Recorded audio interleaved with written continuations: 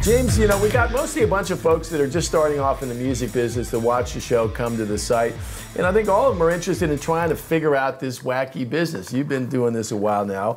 I've asked every one of our guests the same question, how they got started in the business. I find that there's as many different routes as there are people. Tell me how you got started in this crazy record business, music business. I definitely had some family involved in it, which made opening the door a little easier. Mm-hmm.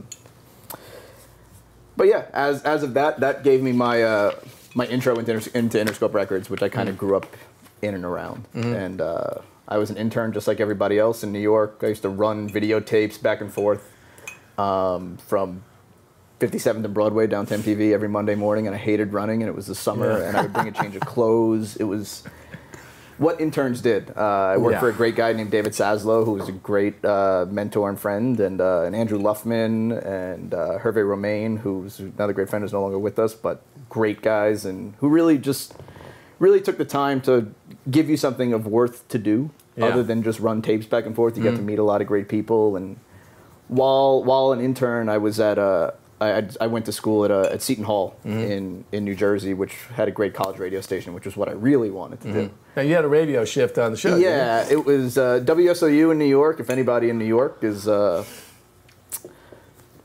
watching and listening, probably a couple. You know, was a great college radio station. It's still a great college radio station. One of the we're very heavy metal specialized and very hard rock radio station. So if you can tolerate that, that was my kind of music when I was a kid.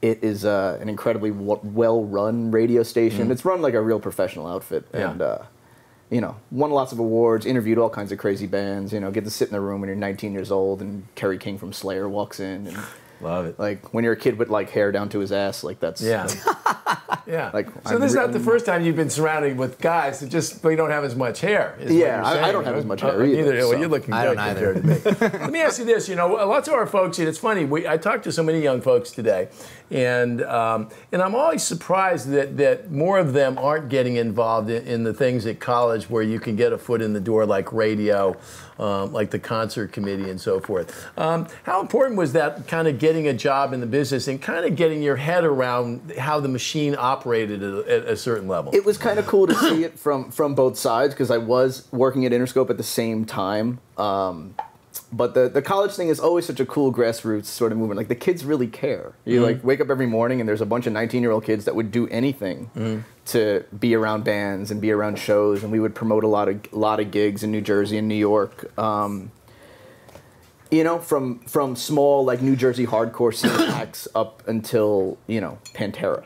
Yeah, wow. And that was what we did every day, and it was like to see it from both sides, to see it from the big corporate machine sort of side, and then a lot of kids who just really loved heavy metal. Plus, I found that, you know, when I was in college, I was a concert booker, and what was nice is that you got a chance to meet a lot of people in the record business too, that gave you an easier opportunity to get something going on there, you know. But to get a chance to hang with Pantera and all those guys, Jesus, that's awesome. Not to mention, when you get one of those gigs, you're kind of like one of the big men on campus. You know, you got a big swinging thing there, and it's, you know, it's fun.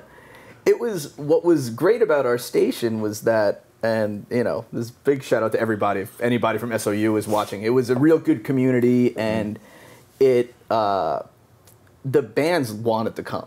Like, it didn't feel like, oh, we have to go to the college station. Like, they knew, like, that's where their listeners were. Like, you know, K-Rock doesn't play Slayer, but no. we did, and we played it every hour. And so if you came to our station, you knew, like, phones would light up, people calling in all day long, and it was exciting to see them really wanting to be there, and to be really excited to be around a lot of kids who obviously were smart. We were smart enough to be in college, which didn't necessarily mean we were smart, but we were smart enough to get that far.